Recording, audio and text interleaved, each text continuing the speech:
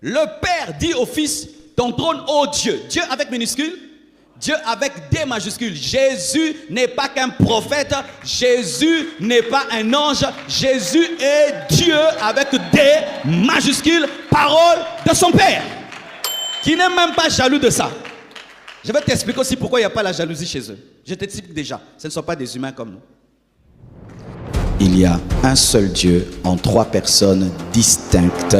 Le Père est Dieu, le Fils est Dieu, le Saint-Esprit est Dieu, mais le Père n'est pas le Fils n'est pas le Saint-Esprit, mais ils ne font pas trois dieux, ils font un Dieu. Quand on dit Dieu, c'est quoi? Dieu. Dieu, ce n'est pas le nom de quelqu'un. Si on dit homme, est-ce que homme c'est un nom? Homme c'est une nature, n'est-ce pas? Il y a la nature humaine, la nature animale. Et Dieu, c'est une nature. Quand on dit quelqu'un est Dieu, c'est qu'il a une nature divine. Et quand on dit Dieu majuscule, c'est qu'il a une nature divine avec D majuscule. Et quand on dit D minuscule, il y a aussi une nature pour ça.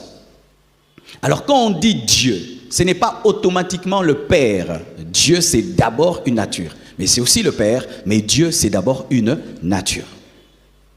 Quelle est cette nature? Une nature omnipotente, quelqu'un qui peut tout. Une nature omnisciente, quelqu'un qui connaît tout. Une nature omniprésente, quelqu'un qui est partout. Aussi, n'avoir ni commencement ni fin, mais être la source de tout. Être parfait, en sagesse, en sainteté, en intelligence, en amour. Si tu réponds à toutes ces conditions, tu es Dieu avec D majuscules. Et personne n'y répond si ce n'est le Père, le Fils et le Saint-Esprit. Satan ne peut pas répondre à la nature D majuscule. Pourquoi? Il a un commencement. Pourquoi il ne peut pas tout? Pourquoi il ne connaît pas tout? Pourquoi il n'est pas partout? Le diable n'est pas omniscient, il n'est pas omniprésent, il n'est pas omnipotent. C'est pourquoi il est Dieu avec D minuscule parce qu'on l'adore, mais il n'est pas Dieu avec D majuscule parce qu'il a un début et il ne peut pas tout. Alléluia. Alors, je suis un homme. Mon fils Oracle est un homme. Ma fille Choukrani est un homme, n'est-ce pas? Les filles aussi sont des hommes, non? Alors, est-ce que le fait que Oracle est un humain et que Choukrani est une humaine, est-ce qu'ils sont moi? Nous partageons l'humanité, mais nous ne sommes pas les mêmes. Et le Père, le Fils et le Saint-Esprit partagent la divinité, mais ils ne sont pas les mêmes. Le Père est Dieu. Le Fils est Dieu, le Saint-Esprit est Dieu, mais le Père est le Père, le Fils est le Fils, le Saint-Esprit est le Saint-Esprit. Allons-y. Je vais vous donner beaucoup de versets aujourd'hui. Ce sera comme un mini cours de théologie. Amen. Et gratuit. Alors, je vais vous donner d'abord des versets qui prouvent la présence de trois personnes distinctes. Je vais vous donner des versets qui prouvent la présence de trois personnes distinctes dans la parole de Dieu. Le verset que je viens de vous lire. Tout le peuple se faisant baptiser, Jésus, première personne, fut aussi baptisé. Et pendant qu'il priait, le ciel s'ouvrit et le Saint-Esprit descendit. Deuxième personne, sur lui, sous une forme corporelle comme une colombe. Et une voix fit entendre du ciel ces paroles, « Tu es mon fils bien-aimé, en toi j'ai mis toute mon affection. » Troisième personne. Le Fils est baptisé, le Saint-Esprit descend sur lui et le Père parle. Trois personnes. Ce n'est pas le même qui était dans l'eau et qui parlait et qui était encore descendu. Il y a un qui parlait, un autre est descendu, un autre était baptisé. Alléluia. Matthieu 28, verset 19. Allez, faites de toutes les nations des disciples, les baptisant au nom du Père, du Fils et du Saint-Esprit. Nous voyons qu'il y a le Père, le Fils et le Saint-Esprit. Matthieu 12, 31 à 32. C'est pourquoi je vous dis, tout péché et tout blasphème sera pardonné aux hommes, mais le blasphème contre l'Esprit ne sera point pardonné. Je vais expliquer ça mercredi. Le blasphème du Saint-Esprit. Quiconque parlera contre le Fils de l'homme, il lui sera pardonné. Mais quiconque parlera contre le Saint-Esprit, il ne lui sera point pardonné, ni dans ce siècle, ni dans le siècle à venir. On nous présente que blasphémer contre le Fils, on peut te pardonner, mais contre le Saint-Esprit, on ne peut pas te pardonner. Pourquoi? Parce que le Saint-Esprit n'est pas le Fils n'est pas le Saint-Esprit. Amen. Amen. On est ensemble. Une autre chose. 1 Corinthiens 15, 27 à 28. Des preuves qu'il y a 3 personnes distinctes. Et c'est ce passage qui m'avait sorti de là. 1 Corinthiens 15, 27 à 28. Dieu, en effet, a tout mis sous ses pieds. Les pieds de qui? De Jésus, du Fils. Mais lorsqu'il dit que tout lui a été soumis, il est évident que celui qui lui a soumis toutes choses est excepté. C'est-à-dire quoi? Que le Fils domine sur tout, sauf sur celui qui lui a donné la domination. Alléluia. Donc, il y a le Père et il y a le Fils. Alléluia. Et lorsque toutes choses lui auront été soumises, alors le Fils lui-même sera soumis à celui qui lui a soumis toutes choses. Donc, il y a un qui se soumet à un autre. Donc, ils sont deux. Alléluia. Afin que Dieu soit tout en tous. Ça aussi, je vais t'expliquer à la fin. Un tel enseignement, il ne faut pas partir avant la fin. Amen. Acte 2, versets 32 à 33. Un autre verset qui nous montre cela. Écoutez ceci.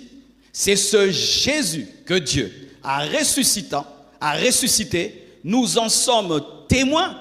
Élevé par la droite de Dieu, a reçu du Père le Saint-Esprit qui avait été promis et il a répandu comme vous le voyez et l'entendez.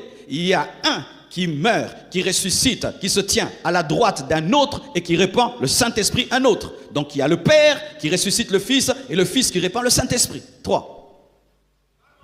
Amen. Luc 23, verset 46. Jésus s'écria d'une voix forte, « Père, je remets mon esprit entre tes mains. » Et en disant ces paroles, il expira. Est-ce que quelqu'un peut remettre son esprit entre ses propres mains? Alléluia. Et nous voyons que Jésus priait. Est-ce que tu peux te prier toi-même? On ne prie que quelqu'un d'autre. Donc il y a le Père, il y a le Fils c'est le Fils, le Père c'est le Père, parce qu'on ne se prie pas soi-même. Alléluia.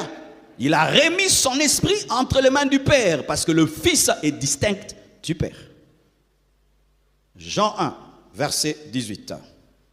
Personne n'a jamais vu Dieu. Le Fils unique qui est dans le sein du Père est celui qui l'a fait connaître. Le Fils est dans le Père. Alléluia. Il y a le Père, mais en qui il y a le Fils. Et le Fils fait connaître le Père en qui il est. 2 personnes distinctes. Alors, voici encore des versets qui présentent que le Fils est Dieu sans être le Père. Parce que certains, quand on dit que Jésus est Dieu, ah, vous avez dit qu'il est le Père. Non, Jésus est Dieu sans être le Père. Il est possible d'être Dieu sans être le Père. Je répète, il est possible d'être Dieu avec des majuscules sans être le Père. Il est possible au oracle d'être un humain sans être Papa Marcelo. C'est simple, non? Alléluia. Acte 2, versets 24, 34 à 35. Car David n'est point monté au ciel, mais il dit lui-même, le Seigneur a dit à mon Seigneur. Il y a combien de seigneurs? Le Seigneur dit à mon Seigneur. Le Seigneur c'est le Père, à mon Seigneur c'est le Fils. Assieds-toi à ma droite. Qui s'assied à la droite? C'est le Fils. Alléluia. Donc il y a 2 seigneurs. Le Père est Seigneur et le Fils est Seigneur, mais le Père n'est pas le Fils n'est pas le Père, parce qu'on ne s'assied pas à sa propre droite. Alléluia. Jusqu'à ce que je fasse de tes ennemis ton marche-pied. C'est la parole du Père au Fils, mais le Père est Seigneur et le Fils aussi est Seigneur. Oh, gloire à Dieu. Le deuxième verset qui m'avait sorti de là, je vous le donne. Il est trop clair. Dis à ton voisin, c'est clair, ce qui vient là est trop clair. Hébreux 1, verset 7 à 9. C'est important que vous ayez cette maîtrise. Amen. Hein? De plus, il dit des anges, c'est le Père qui dit. Celui qui fait de ses anges des vents et de ses serviteurs une flamme de feu. Mais il dit au Fils, ton trône, ô Dieu, est éternel.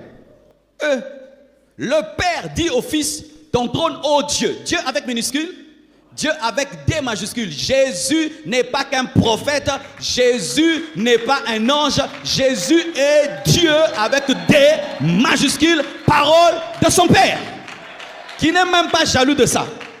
Je vais t'expliquer aussi pourquoi il n'y a pas la jalousie chez eux. Je t'explique déjà. Ce ne sont pas des humains comme nous. Chaque fois qu'on explique cela, il y a l'homme qui dit, ah, mais comment ils peuvent être ensemble? Ils ne sont pas humains comme nous, où on se querelle, on se chamaille.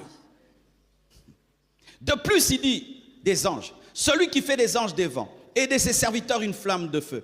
Mais il dit au Fils, ton trône, ô Dieu, est éternel, le sceptre de ton règne est un sceptre d'équité. Écoutez maintenant encore, tu as aimé la justice, et tu as haï l'iniquité, c'est pourquoi, ô Dieu, ton Dieu. Oh Dieu, ton Dieu. Il y a un Dieu qui a un Dieu. Qui? Le Fils a comme Dieu son Père, mais il est aussi Dieu. Oh Dieu, ton Dieu t'a oint. Qui est oint? C'est le Fils. Mais malgré qu'il est oint, il est Dieu avec des majuscules. Mais le fait qu'il est Dieu, ça n'empêche pas au Père aussi d'être Dieu. Pourquoi? Parce que la divinité, c'est une nature. Le Fils de Dieu est Dieu. Comme le Fils d'un homme est un homme. Tu ne peux pas être fils de Dieu sans être Dieu avec des majuscules. C'est pourquoi lorsque Jésus s'est déclaré fils de Dieu, les pharisiens déchiraient les vêtements. Pourquoi? Parce qu'ils savaient que tu ne peux pas être fils de Dieu sans être Dieu, parce que Dieu n'engendre que Dieu. Oh, donne-moi la main, donne-moi la main. Aujourd'hui, tu vas adorer Jésus. Aujourd'hui, tu vas adorer Jésus. Aujourd'hui, tu vas adorer Jésus. Alléluia. Dis à ton voisin, Jésus est plus qu'un prophète. Il est Dieu. Alléluia.